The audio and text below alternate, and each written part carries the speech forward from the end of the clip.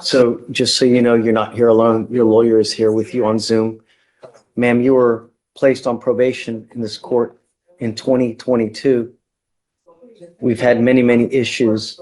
Our first motion to adjudicate was filed, it appears, in November of 23. You were placed back on probation. It looks like a new motion has been filed in February for a variety of things. A warrant had been issued, and I guess now you're here with us. I just don't know how to go forward. That's why. Stop. Don't need you to. Just listen, please. Don't say Just anything. understand that, now it's not time to fight the case. The only thing that we're dealing with now is the motion to revoke, the underlying issues. And what I see is that you're still testing for illegal drugs. I don't know how to go forward, but I don't want to set you up to failure. To set you Pause right here. What you're seeing is a motion to revoke probation. Basically the court saying, you had your chance, but you're still not following the rules. And here's the kicker. The judge isn't just looking at paperwork. They're weighing whether this defendant can realistically succeed if given yet another shot. What do you think? Should judges keep giving second chances? Or is it time to lock it down? to fail as well. So what we do is we have something that's called a TRAS, where I have you evaluated by clinicians to see what is the best way to go forward, because I just don't know. The last thing I want to do is just start pleading people guilty here, left and right, and just end up with, conviction after, no. So the idea is that you leave better than you came. It still hasn't happened. So we need to find out how that's going to happen. So I'd like to please set up for TRAS. Your bond is set now at $10,004. So I have to take you into custody because of the warrant. So I will try to get it done as quick as possible. We could probably have a TRAS done. Do you think maybe tomorrow? She'll probably still be in processing tomorrow, but by the end of the week. Okay, we'll try to have it done by the end of the week. They will give us guidance on how to move forward, because I just don't know at this point. The only thing I'm going to tell you is please be honest, because if I get it and it says that there's no issues and it's rainbows and gumdrops, and I know it's not true, and we're going to do it right over again. Okay. Okay. So she goes with you. Okay. Thank you, Mr. Verney. And Your Honor, Yeah. if possible, can we try to get the TRAS done by Thursday so she could be in court Friday? Because I'm out. I will. I'm going to try. So the problem is, though, is that what takes a lot of the time, Brock, is the processing, because we're taking her in now. It's nearly 11 o'clock. They'll probably still be processing her early into tomorrow. If she's still in processing, they can't get it done. Maybe in the afternoon, tomorrow afternoon, they can get it done. I would say probably the latest. Today's what, Tuesday? Maybe the latest is Thursday to try to get it done. And then we can try to get the results by Friday. Okay. And that's Put it on the docket for Friday. Yeah. Hopefully. Can we put it on the docket for this Friday, Your Honor? Like I said, I'm out all next week. I don't want her to. So because she's in processing, because she'll be processing now, she will auto-populate on tomorrow's docket. Okay. And we can put her on for the Friday.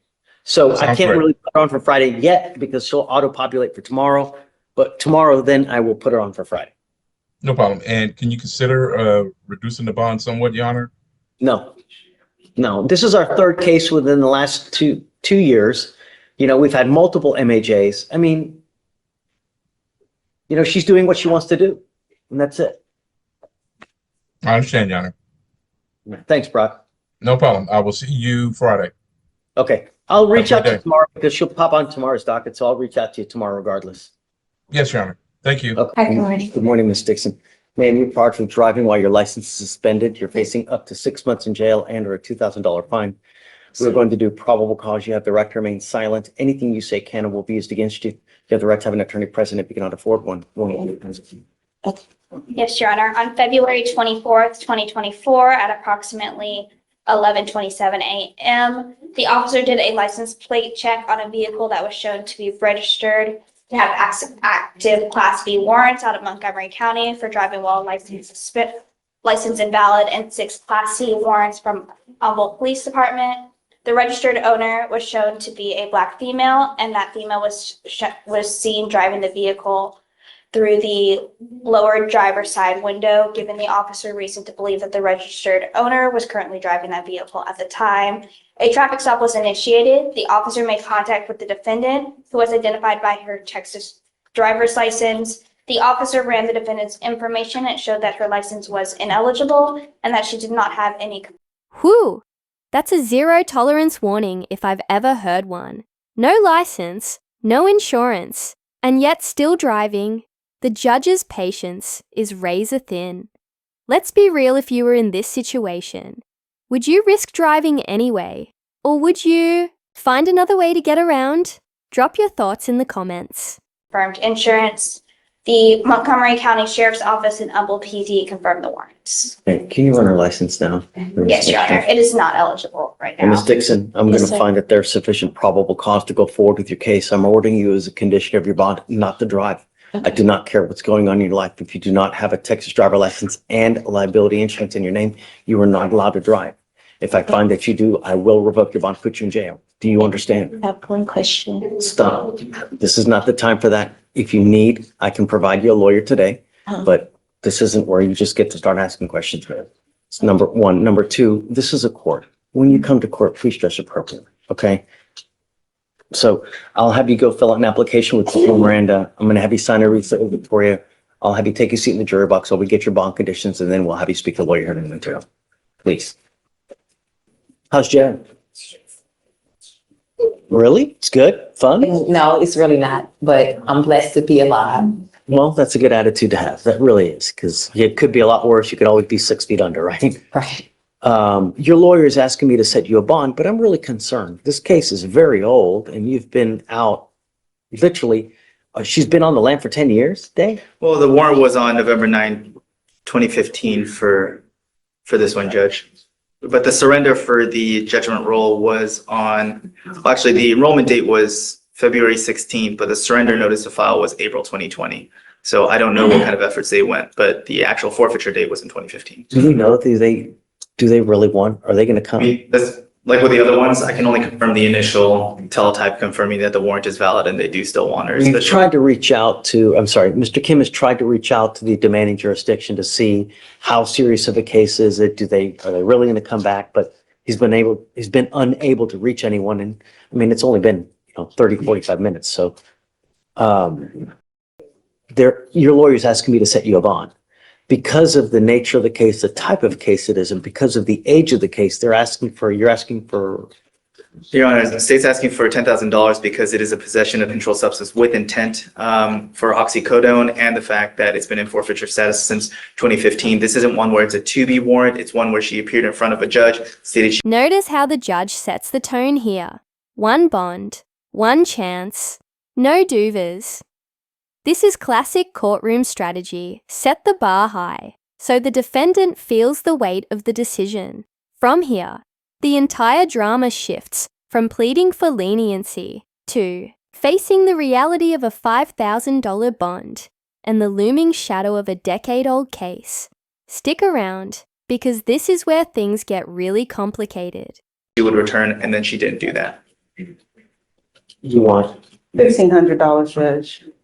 My client has expressed to me that she is a college student. She has expressed to me that she only works for, because she's in school, Uber and DoorDash. She has expressed to me that she has an attorney that is working because she doesn't want this behind her. She can't have this when she graduates in May, if I'm not mistaken. I have explained to her the ramifications if this court was to give her the bond, that she has to that attorney either has to get her a date set there or she has to go turn herself in within the 14 days. She does not have any other criminal history or connection or contacts with police that were dismissed or otherwise, except for this one case from 2015. The thing is that I have to set your bond sufficiently high so that you understand that we mean business. I'm not going to play this game with you again.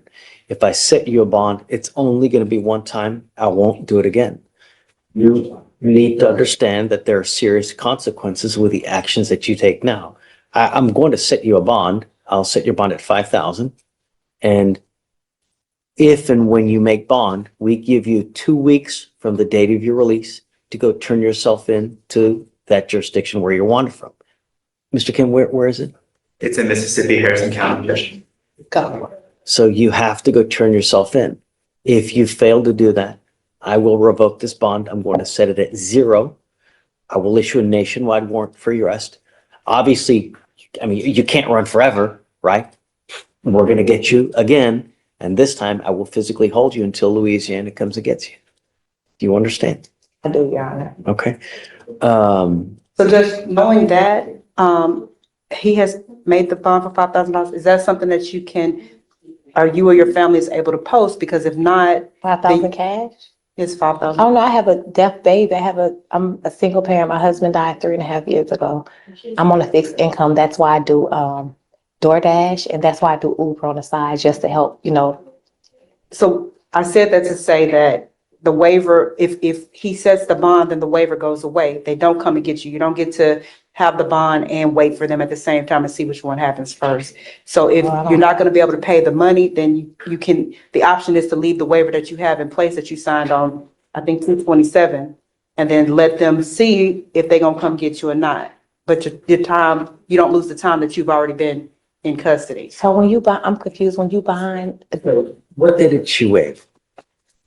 Right off that, 227? February 27th. So you have 1, 2, 3, 4, 5, 6 days credit. We give them 14 days to come get you. If they don't come get you within the 14 days, we release you. They file a dismissal, I sign it, and then they let you go. If that happens, the warrant will always remain active. And that warrant will always remain active until you physically go back or somehow go back to Louisiana and take care of it. That said, if you want to make this bond, you have to withdraw that waiver that you have, and then you lose those 6 days. So if you withdraw it and you don't make the bond, you lose all that time, and you basically it's told until you re-waive or you make that bond. I only say this because of the age of the case and the fact that I didn't know she had counsel in Mississippi. It's very, very rare, but I have been seeing it happen here and there, is if local counsel there can get a new setting date. Like I said, it's incredibly rare. I can count on one hand the amount of times it's happened. What do you mean, get a new setting date? So even if they don't appear with sufficient evidence, the Marsh Sheriff's Office says she's in our custody and her persons is here, and for a variety of factors, I can't speak to Mississippi because I'm not licensed there and I don't work there, is whatever sufficient factors they have to set a new date for her to self-surrender versus outside of the fugitive, they'll recall the warrant. So like I said, it's incredibly, incredibly rare, but only because of the age of the warrant and the fact that she has counsel there. Well, but we don't know that. Well, but I'm saying if the information for that counsel can be sent to. I mean, I'm not going to give you a PR bond. This case is 10 years old. You've been I need you to understand that we mean business. I'm not here to play games. And so that's why we have to set it sufficiently high so that you realize that you have to have skin in the game so that we know that you're going to go back.